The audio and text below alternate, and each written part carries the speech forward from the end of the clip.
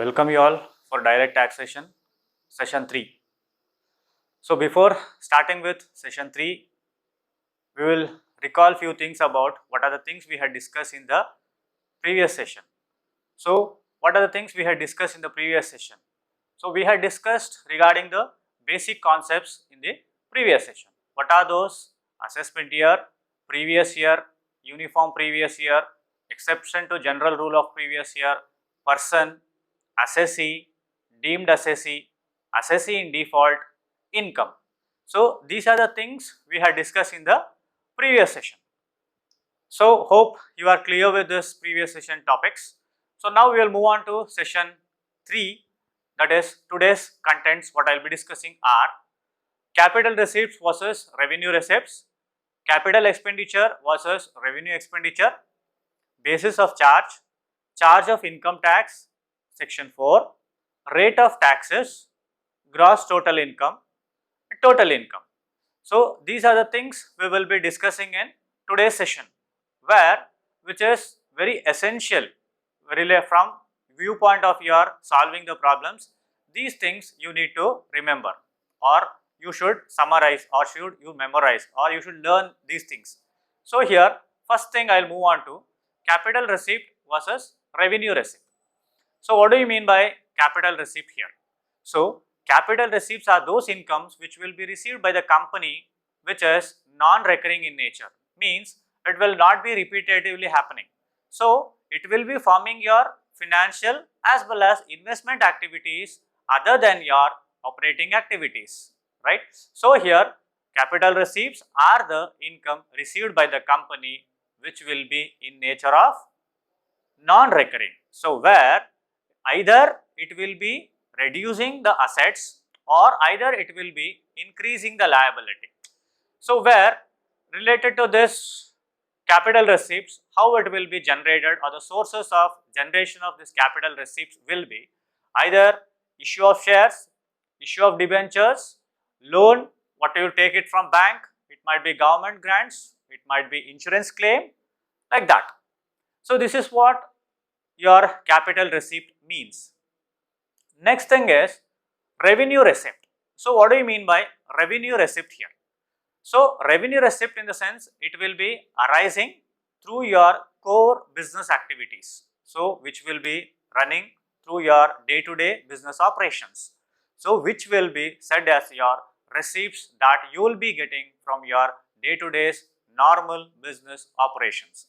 So which are occurring or which will be occurring again and again.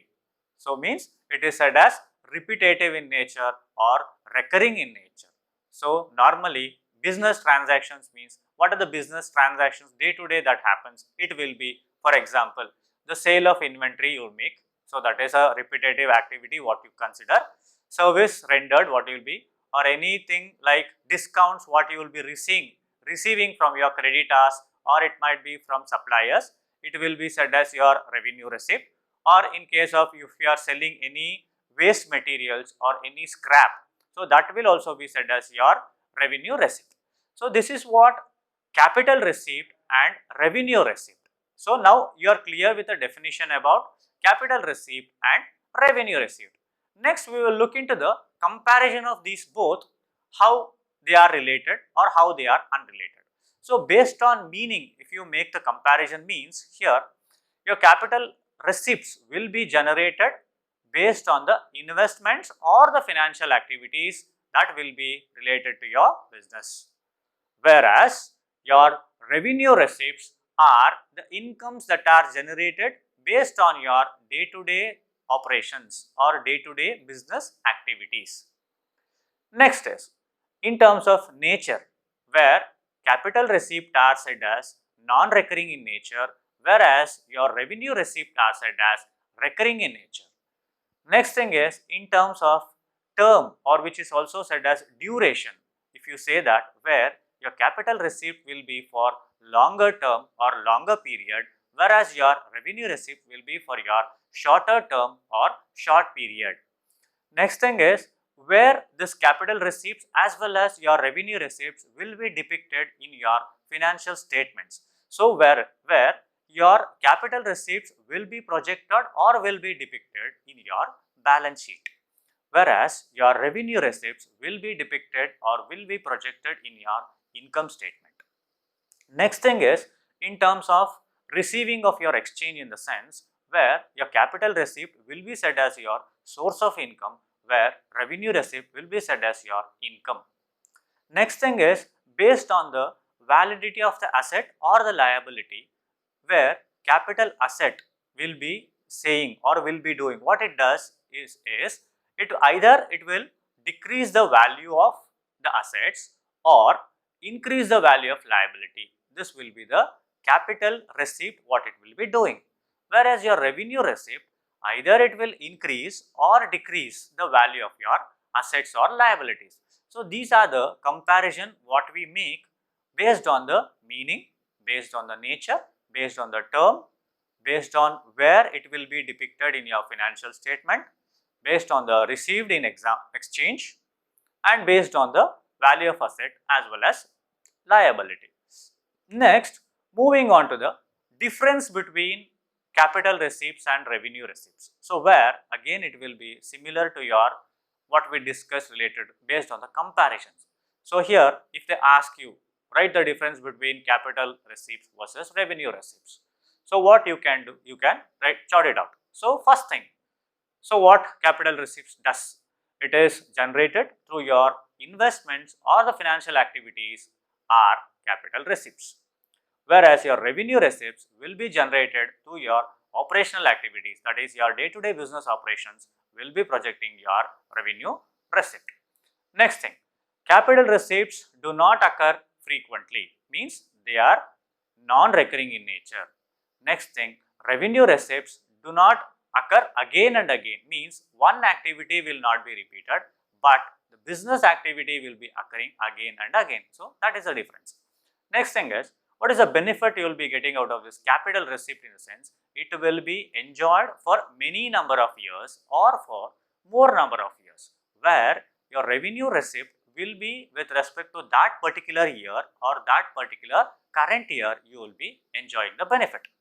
Next thing, as I earlier said, where it will be depicted in the financial statements. So your capital receipts will appear on the liability side of the balance sheet, whereas your revenue receipts will appear on the credit side of your P&L account in that particular financial year or in that particular income year.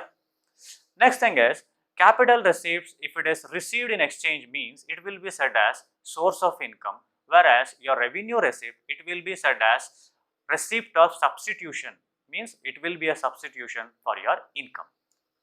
Next thing is in terms of validity or in terms of value if you speak, where your capital receipt will be either decreasing the value of the asset or increasing the value of the liability, whereas your revenue receipt will be increasing or decreasing the value of the asset or liability.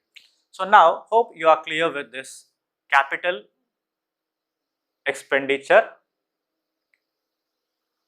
Hope you are clear with this capital receipts and revenue receipts. Now we will move on to next concept or next topic, that is capital expenditure versus revenue expenditure. First thing is, we will know what is the definition of capital expenditure and revenue expenditure. Related to capital expenditure, here the amount spent by the company for processing any long-term assets or to enhance any work capacity, that will be said as capital expenditure, where it will be for a longer term.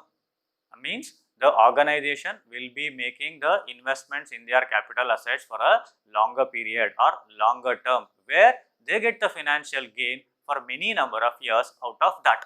For example, they might purchase a machinery and install it in their organization, or they might improve the efficiency or improve the productivity, where it also will be fetching for many number of years. So this is capital expenditure. Next thing is revenue expenditure. So what do you mean by revenue expenditure? So here revenue expenditure is incurred on a regular basis for conducting your business activities or operational activities. That is said as your revenue expenditure. For example, purchase of your stock, or you might be paying for carriage, you might be paying for freight. So where the benefit will be given for that particular current year when you are making this spending. For example, wages and salary will be paid, printing and stationery will be taken, electrical expenses will be paid, repair and maintenance will be done, inventories will be checked, postages, it might be insurance, it might be tax, like this n number of expenditures will be made related to your revenue expenditure. So this is the definition part of your capital expenditure as well as revenue expenditure. Next thing is, we will move on to the comparison of capital expenditure and revenue expenditure. In terms of meaning, if you see here as capital expenditure will be incurred when you are acquiring the capital assets, or if you think about improving the capacity of an existing one or existing capacity in the organization, where that will be resulting for many number of years. Whereas your revenue expenditure says that it will be the day-to-day activities which will be done based on that. This is meaning part of it. So in terms, if you think about, means duration or span, if you say here is, your capital expenditure will be for a longer term, whereas your revenue expenditure will be for a shorter term. Whereas your, in case if you say that capitalization, in the sense your capital expenditure will be capitalized, whereas your revenue expenditure will not be capitalized, which is said as no.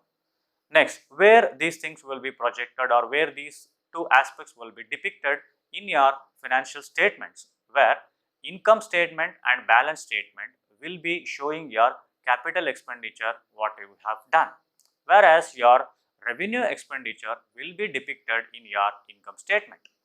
Next thing is, in terms of outlay, if you make the comparison here, capital expenditure is said as non-recurring in nature, whereas revenue expenditure is said as recurring in nature. Next thing is, if you make the comparison based on the benefit. So based on the benefit, if you make, where your capital expenditure what you spend will be for more than 1 year, whereas your revenue expenditure will be with respect to that particular current year what you will be making. Next thing is, in terms of earning capacity, if you make the comparison over here, where capital expenditure means it will be seeking the improving capacity or improving the earning capacity, means it always think about improvising or improving the earning capacity, whereas your revenue expenditure will always seek about or think about maintaining the earning capacity. Next thing is, in terms of matching of the concept, if you think, so where your capital expenditure, it is said as it will not match with your capital receipts. So here not match with your capital receipts in the sense, so whatever the amount of spending you are making, that will not be matching with the benefit what you are getting, that it says. Whereas your revenue expenditure means it will be matching with your revenue expenditure. Means how it will be, means whatever the revenue receipts you are getting, so that can be matched. Suppose if you are saying one product is costed of 10 rupees, so where you are selling 10 products, you will be getting 100 rupees. So that is what, like that you can match up the things. This is the comparison of your capital expenditure as well as revenue expenditure.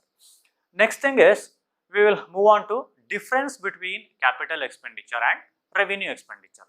So now whatever the basis we have discussed, same thing will be incorporated or same thing will be repeated here over here to say the differences. They might ask you, what is the difference between capital expenditure and revenue expenditure? So what are the things here? First thing is, capital expenditure, it will be generated for your economic benefits in future, or for future economic benefits, capital expenditures are spent. Whereas your revenue expenditure, what it generates a benefit for that particular current year only. This is you need to remember. Next thing is, capital expenditure what you make, it will be the one-time investment of money what you make, whereas your revenue expenditure, it will be occurring frequently. Next thing is, where these things will be depicted in your financial statement. As I earlier said, your capital expenditure will be depicted in your balance sheet, in the asset side and in the income statement as a depreciation, whereas your revenue expenditure, it will be shown in your P&L account or income statement.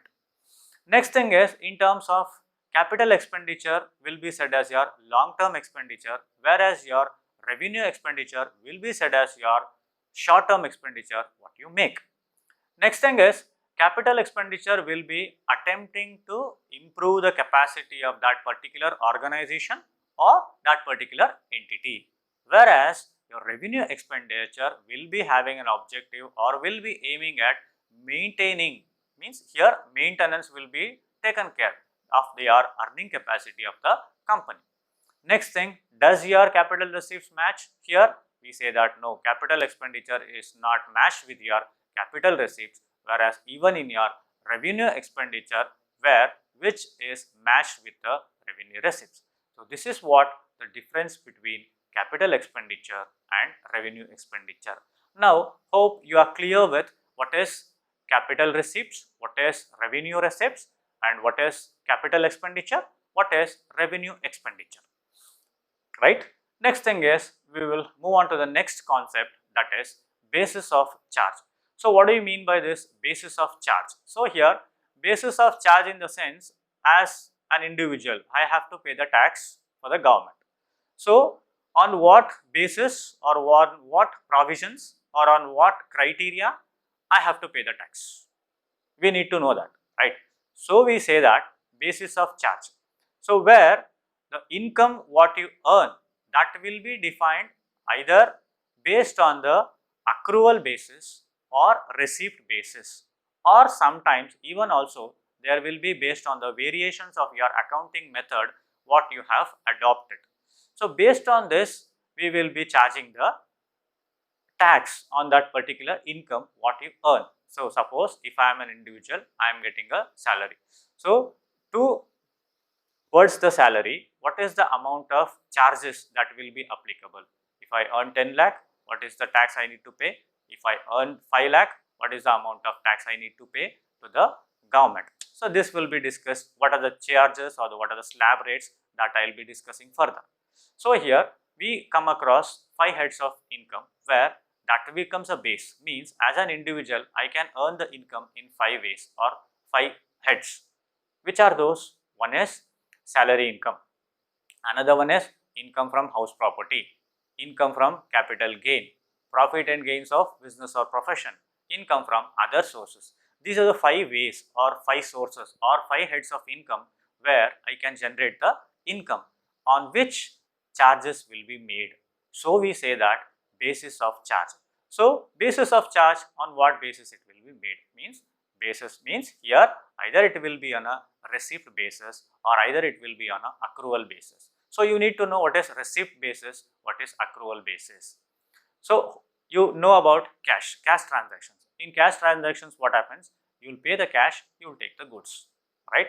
So what is? It is receipt basis. Accrual basis in the sense what? Suppose you have an RD in the bank or it might be in the post office. So where what you are doing? You are depositing your amount every month. So what is happening? It is accruing. So that is said as accrual basis. So the tax will be either charged on the receipt basis or either charged on the accrual basis. So based on this, keeping the 5 heads of income for an individual, the charges will be made. This is said as your basis of charge. Next thing is, next we will move on to the concept said as charge of income tax, that is section 4. So here what is this charge of income tax? So charge of income tax in the sense, so whatever the total income I have earned in the previous year, that need to be charged. So where certain slab rates or certain rates of taxes will be applicable that are prescribed by the Finance Act, which will be applicable with respect to that particular assessment here.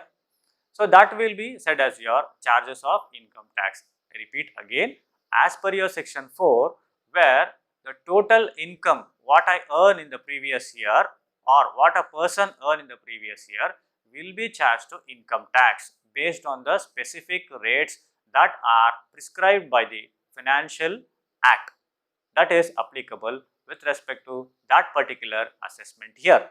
So here with respect to this, your incomes will be charged, right? So based on what? So they say that you need to follow certain principles while charging the tax on income or charge of income, right? So what are those principles in the sense? Your income tax is on annual tax of income or annual tax on income. Means income tax is an annual tax what you will be paying on your income what you generate with respect to that particular year. Next thing is income of the previous year, means you cannot charge the assessment year income what you are earning now. So it will be charged in the previous year. For example, at this particular junction, we should know what is previous year, what is assessment year. So with respect to your this particular academic, the assessment year is 2020-2021. That is your assessment year, where your previous year will be set as 2019 to 2020. So where the previous year will be starting from your 1st April of 2019 to 31st March of year 2020. So that you need to remember. So whenever you think about previous year, you should remember this in a date wise, so that will be helping you out to whether the income which is came to you or which is generated with respect to a particular person, is it related to previous year or is it related to assessment year. You will think about it. Next thing is which are the other principle in the sense? Rate fixed by the Finance Act. So here Income Tax Act will not be fixing any rates of your tax, or any slab rates will not be fixed by the Income Tax Act, whereas Finance Act, every year the budget, whenever there is a budget happening at that particular juncture or at that particular point of time, this taxes will be fixed. Means what is the amount of taxes that need to be charged for the incomes of these 5 heads will be set based on that. Next thing is charge, again tax will be charged on what? Every person. Means if I am an individual, it will be charged on individual. If I am running a company, there on company it will be taxed. If I am running a trust, it will be based on the trust. If I am doing any capital gain or capital asset selling and buying activities at that particular juncture, so like this it will be charged. Next thing is it will be charged on the total income. So tax is charged on 5 heads of income. So which are those? One is income from salary, income from house property, income from business or profession, income from capital gain, income from other sources. So based on these 5 heads it will be charged. So these are the principles what you need to remember with respect to the charge of income tax. So where again I said rates will be prescribed by the Finance Act. So at that point of time you should also know what are the rates that are prescribed from the tax, which is very essential to solve all your direct taxation related problems. Here your income tax, either it will be deducted at source, right, where we say it as TDS, or else which will be paid in advance. Means before you approximately you estimate this is what income I will be getting and you will pay the tax. So this is what you need to remember. So where, as I said, rate of taxes need to be remembered by you to solve the problems. So what are those rate of taxes that need to remember? So with respect to this particular assessment year, which are the rates or what is the slab rate with respect to, it might be salary, it might be house property, it might be capital gain, it might be company, firm, anything, what are the rates will be applicable, that we will discuss now. So here first and foremost thing, if I discuss related to individuals, right, so individuals, HUF, association of person, body of individuals, for all these 4 categories, individually whatever the tax that will be applicable is applicable, where it will be based on what they will charge here. So now I am an individual, so for me tax will be applicable. So which are those tax rates that will be applicable? Here to imply or to levy the tax, they go with the age categorization. So what are those age categorization? Based on that, on which slab rate is applicable to me or which tax rate is applicable to me, it will be based on this rates. How it will be? For a senior citizen, right, for a senior citizen. Who is a senior citizen? Here they also use the word resident senior citizen. So what do you mean by resident? Means he should be an Indian, resident in India. So this you will be studying in your residential status also next coming forth. In future aspects we will be discussing this. Resident in India, where they say that who is 60 years and more, means above 60 years but within 80 years, right, he will be said as resident senior citizen. Means where he should be born during April 2, 1940 and before April 2, 1960. So that particular person will be said as resident senior citizen for him a particular slab is applicable. Again, next thing is related to resident super senior citizen, where they say that an individual should be a resident in India who is above 80 years or more than 80 years in the previous year, where who is born in April to 1940. That is one category. Next thing is any other individuals, means those who are not falling in these two above categories. One is 60 years and above below 80 years, which is said as resident senior citizen. Next thing is above 80 years, which is said as resident super senior citizen, right? Who are not falling in these two categories will be coming under this other resident individuals, where who will be born on or after April to 1960, right? So, based on these three categories, the charges will be made or the rates of taxes will be applicable. So, first thing is we will discuss related to tax for the resident senior citizen. So, what is the slab rate will be applicable? This you need to remember, right? As per the Finance Act, they have said up to 3 lakh, right? Up to 3 lakh, nil. 3 lakh to 5 lakh, 5%.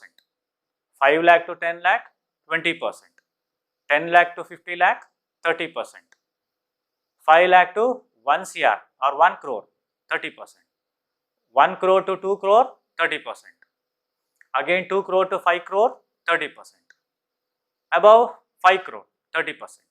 So, this is income tax rates what they have specified. Again, this will be attracted with the surcharges as well as health and education cess. Means additionally with respect to these income tax rates, additional taxes or additional charges will be made. So, this surcharge, so what do you mean by surcharge? Surcharge in the sense it is an additional charges that will be made on income what you generate.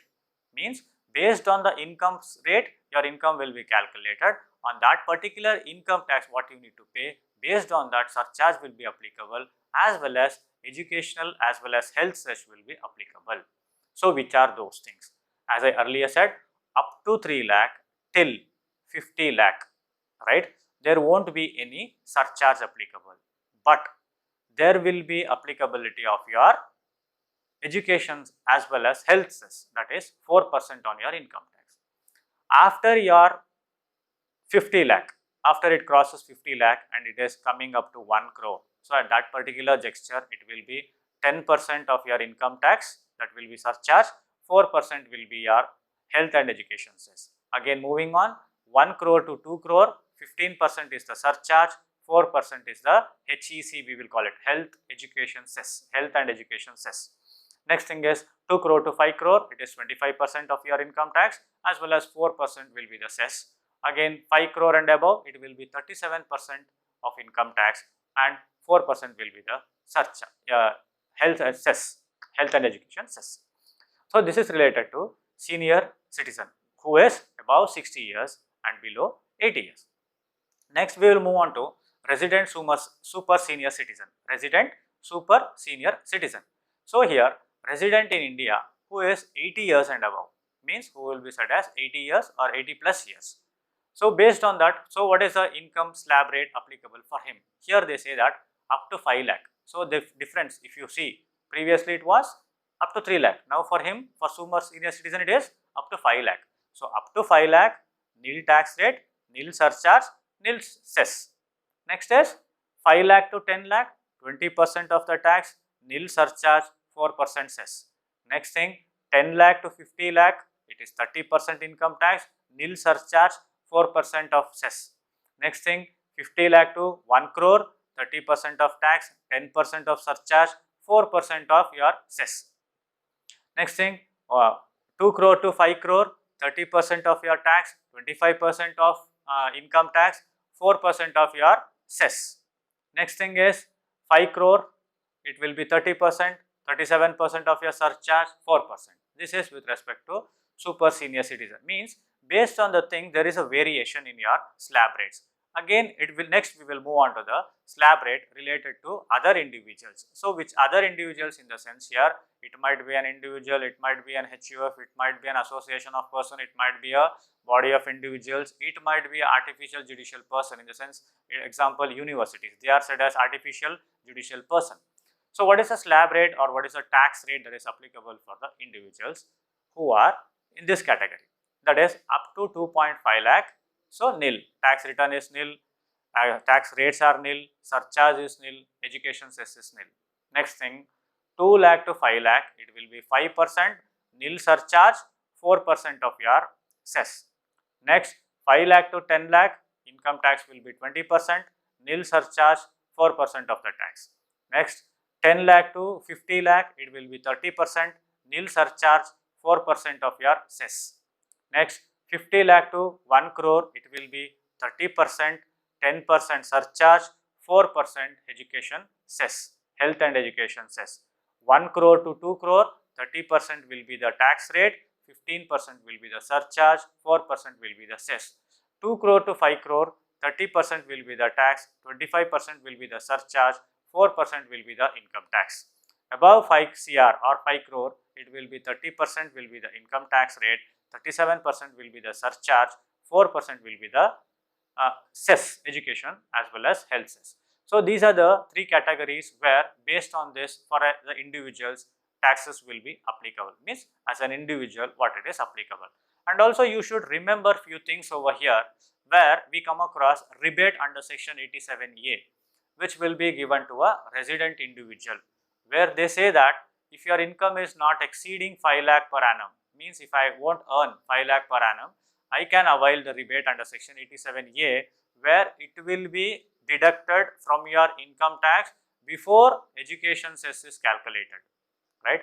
Before your education cess is calculated, where they say that the amount of rebate what you can claim is 100% of your income tax or else 12,000, 500, 12,000. Again I repeat, the amount of rebate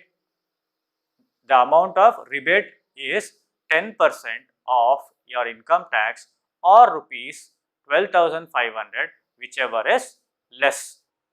Means what this is 100% means. Suppose you have calculated your income where they say that it is summed up to around 10,000 is your income tax, right? So at that particular point of time they cannot give you 12,500. So they say that 100% of means either 10,000 or either 12,500, whichever is less you can claim the rebate. This one thing you need to remember. Next thing is related to your surcharge. As I said earlier, it is an additional tax or additional charges that will be made on your income what you get.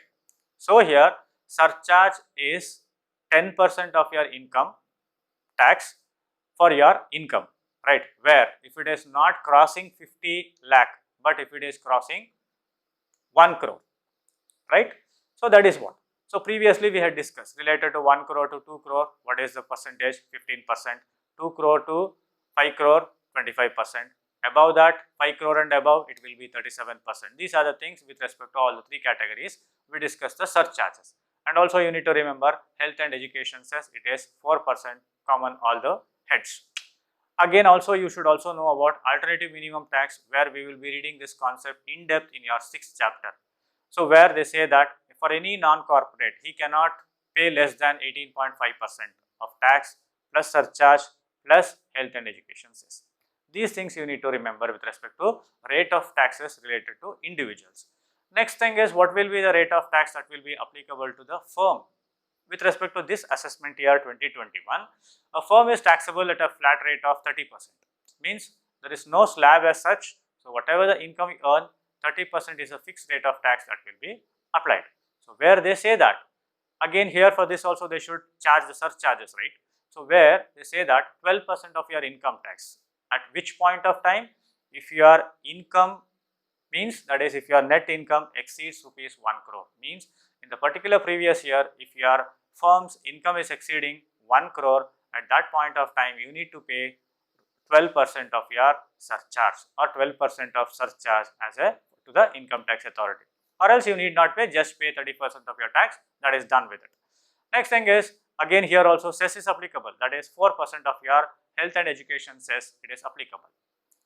Again here they say that the company should, because here as I earlier said alternative minimum tax, that they say that they cannot, as a being a firm, they cannot pay less than 18.5% of the tax as well as surcharge as well as education cess that will be adjusted in their total income, right. So this is related to your firm with respect to this assessment year. Next thing is, if it is an Indian company, so at that particular point of time for this assessment year, what is the tax applicable, right. So if it is an Indian company, in the sense company, it will be taxable at a flat rate of 30%, right. So 30% it will be taxable on your turnover, whatever you make with respect to that particular year. And also they say that in that particular year, if your income, means your turnover or income, it is not exceeding 400 crores, at that point of time you can pay 25% of your, means as a tax. That is the tax rate which is applicable in case if your firm is not exceeding 400 crore. Again, here also surcharge is applicable, where it is at 12%, where they say that in case if your net income is exceeding 10 crores in that particular previous year, you need to pay 12% surcharge. And again, in case if your net income is, it is in the range of 1 crore to 10 crore, at that particular point of time you need to pay 7%, and if it is less than that, it should be nil. Means if it is less than that, in the sense if your income is less than 1 crore, at that time you need not pay any surcharge for the tax authorities. And also here health and education cess 4% is applicable for Indian companies. I repeat, for Indian companies, tax is at the flat rate, 30% is applicable. In case during the previous year, if your income, that is your turnover, is not exceeding 400 crores, at that particular juncture or at that particular time you need to pay 25%. Next thing is related to your foreign company, how it is. So foreign company, so with respect to this assessment year, how? So here sometimes royalty will be received from the government or any Indian concern with respect to that, if you are receiving anything, that is one thing. Or else if you are rendering any technical services for the abroad countries, so at that time you will generate a foreign income, or you will be getting an income. So based on that, how it will be charged. So here the central government has said that rate of tax is 50%, right, with respect to these two things. One is you are receiving a royalty from the government or an Indian concern, right, with respect to the agreement made. So based on that, or else if you are rendering any technical services, at that point of time you need to pay 50% of tax, where apart from these two, if any other incomes if you are receiving, means at that particular juncture or at that particular time you need to pay 40% as the tax, where again here also surcharges will be applicable, where they say that 5% of your income tax, at which point of time if your net income is not exceeding 10 crore, it will be set as 5%. In case if your net income is in the range of 1 crore to 10 crore, at that particular time you need to pay 2%, whereas if it is less than 1 crore, you need not pay any surcharge. Again here also health and education cess is applicable, that is 4% of your income tax and surcharge. So these are the things of related to your tax rates which will be applicable. Either it might be for individual, or either it might be for a firm, either it might be for Indian company, either it might be a foreign company. This is very essential, you need to remember. Means whatever the slab rates that are applicable, that has to be remembered to solve the problems, or so to solve the illustration. Next thing is, we will move on to the concept of gross total income. So what do you mean by gross total income here? So as per section 14, income will be generated, we know that, right? So income of a person will be computed under 5 heads of income. These things are repeated many times. Which are those? Salary, income from house property, profit and gains of business or profession, capital gain, income from other sources.